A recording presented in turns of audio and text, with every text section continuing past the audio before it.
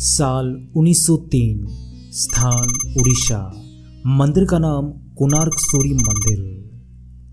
साल 1903 में कोणार्क मंदिर के मुख्य दरवाजे को अचानक रेत और बालू से पूरी तरीके से ढककर बंद कर दिया गया।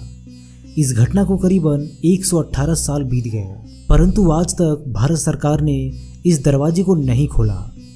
जब आप कोणार्क मंदिर में जाएंगे तो आपको मंदिर का मुख्य द्वार बंद दिखाई देगा।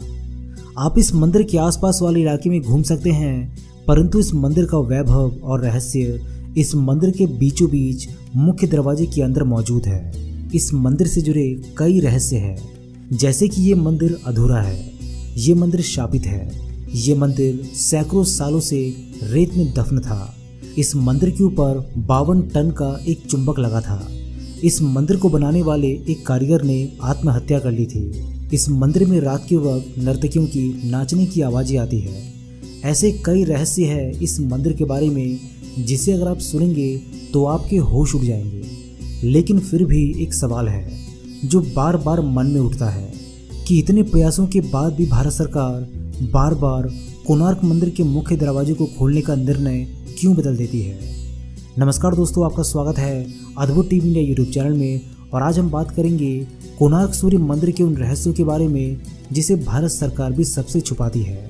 तो चलिए इस वीडियो की शुरुआत कर लेते हैं। कोणार्क सूर्य मंदिर। ये मंदिर भगवान सूर्य को समर्पित है।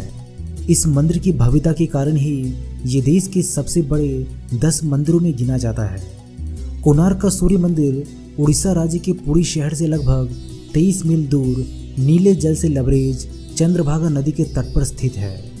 इस मंदिर को पूरी तरीके से सूर्य भगवान को समर्पित किया गया है। इस मंदिर की रचना इस प्रकार की गई है जैसे एक रथ में 12 विशाल पहिए लगाए गए हो और इस रथ को 7 ताकतवर बड़े घोड़े खींच रहे हो और इस रथ पर सूर्य देव को विराजमान दिखाया गया है। यह मंदिर से आप सीधे सूर्य भगवान के दर्शन कर सकते हैं। मंदिर के शिखर से उगते और ढलते सूर्य को पूर्ण रूप से देखा जा सकता है। जब सूर्य निकलता है तो मंदिर से यह नज़ारा बेहद ही खूबसूरत दिखता है। ऐसा लगता है जैसे सूरज की निकली लालिमा ने पूरे मंदिर में लाल नारंगी रंग बिखेर दिया हो। वही मंदिर के आधार को सुंदरता प्रदान करते 12 चक्र साल के 12 महीने को परिभाषित करते हैं और हर चक्र दिन के 8 पहरों को दर्शाते हैं। ये मंदिर 2 भागों में बना हुआ है, जिसमें से पहले भाग नट्ट मंदिर में सूर्य की किरणें पहुंचती थी और कहा जाता है कि कांच या हीरे सरीखे धातु से वे इस मंदिर की प्रतिमा पर पड़ती थी, जिससे इसकी छटा देखते ही बनती थी। वही मंदिर की कलाकृति में इंसान हाथी और शेर से दबा है, जो कि पैसे और घमंड का घोतक है और ज्ञानवर्धक भी है। इस मंदिर के बारे में कहा जाता है कि श्री कृष्ण के पुत्र सांब को श्राप से कोढ़ रोग हो गया था। उन्हें ऋषि कटक ने इस श्राप से बचने के लिए सूरज भगवान की पूजा करने की सलाह दी थी। सांब ने मित्रवन में चंद्रभागा नदी के सागर संगम पर कोणार्क में 12 वर्षों तक तपस्या की और सूर्यदेव को प्रसन्न किया। सूर्यदेव जो सभी रोगों के नाशक थे, इनके रोग का भी अंत कर दिया, जिसके बाद सांब ने सूर्य भगवान का एक मंदिर निर्माण करने का निश्चय किया। अपने रोग नाश के उपरांत चंद्रभागा नदी में स्नान करते हुए उन्हें सूर्यदेव की मूर्ति मिली।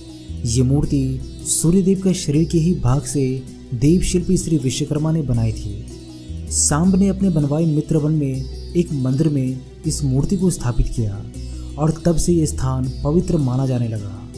कोणार्क के बारे में ये भी कहा जाता है कि यहाँ आज भी नर्तकियों की आत्माएं आती है। अगर कोणार्क के पुराने लोगों की माने तो आज भी यहाँ पर शाम को उन नर्तकियों के पायलों की झनकार आपको सुनाई देगी, जो कभी यहाँ राजा के दरबार में नृत्य किया करती थी। इस मंदिर का निर्माण एक सैंडविच के तौर पर किया गया है, जिसके बीच में लोहे के प्लेट थे, जिस पर मंदिर के पिलर रुके हुए थे। ऐसा भी कहा जाता है कि मंदिर के ऊपर एक 52 टन का चुंबक रखा हुआ था, जो कि इन खंभों से संतुलित था। इसी के चलते भगवान सूर्य की जो प्रतिमा थी वो हवा में तैरती हुई रहती थी, जिसे देखकर हर कोई हैरत में पड़ जाता था। कहा जाता है कि इस चुंबक को विदेशी आक्रमणकारियों ने तोड़ दिया था।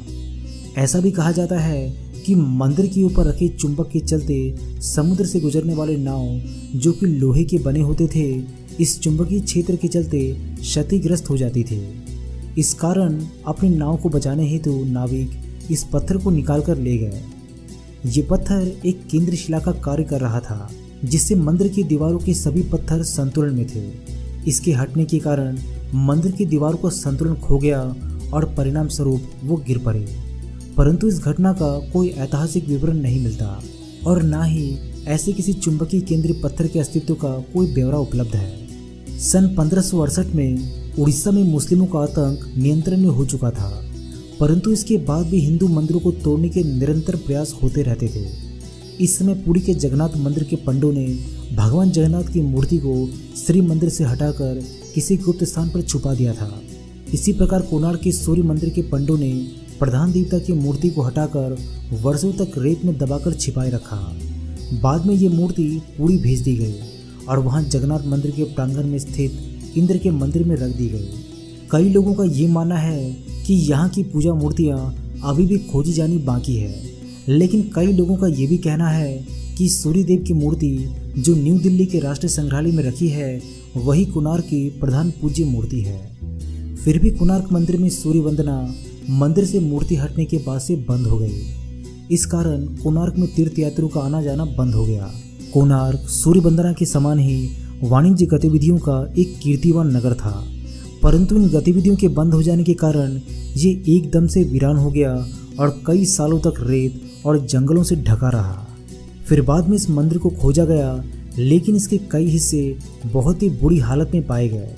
फिर बाद में ऐसा कहा जाता है कि कई आक्रमणों और नेचुरल डिजास्टर के कारण जब मंदिर खराब होने लगा तो 1901 में उस वक्त के गवर्नर जॉन वुडबर्न ने जगमोहन मंडप, जो कि इस मंदिर का प्रधान मंडप है, उसके चारों दरवाजों पर दीवारें उठवा दी और इसे पूरी तरीके से रेत से भर दिया ताकि ये सलामत रहे और इस पर किसी डिजास्टर का प्रभाव ना पड़े। इस काम में करीबन 3 साल लगे और 1903 में ये पूरी तरीके से पैक हो गया। वहां जाने वालों को ये पता नहीं होता कि मंदिर का अहम हिस्सा जो कि जगमोहन मंडप है वो अभी तक बंद है। बाद में एएसआई ने इसके अंदर के हिस्सों पर शोध कार्य आरंभ किया। कई बार लोगों के दर्शन हेतु इस मंदिर के मुख्य दरवाजों को खोलने की बात कही गई, परंतु 118 साल बीत गए और आज भी ये आलम है कि ये बंद है। आप इंटरनेट पर और आर्टिकल के माध्यम से पढ़ सकते हैं कि न जाने कितनी ही बार इस मंदिर के मुख्य दरवाजे को खोलने का जिक्र हुआ, लेकिन बार बार आखिर में ये निर्णय बदल दिया गया। क्या सच में इस मंदिर को प्राकृतिक आपदा के बचाव के कारण ही बंद किया गया या कोई और वजह थी इसको बंद करने की? ये सारे सवालों से पर्दा तभी उठ सकेगा जब ये दरवाज़ा खुलेगा। दोस्तों, आपका क्या ख्याल है इसके बारे में? अपने सभी जवाब हमें कमेंट बॉक्स के माध्यम से ज़रूर लिखिएगा। मैं हूं आपका दोस्त प्रदीप। जल्दी मिलता हूं आप सभी के साथ एक नए वीडियो के माध्यम से। तब तक के लिए अपना ख्याल रखिएगा।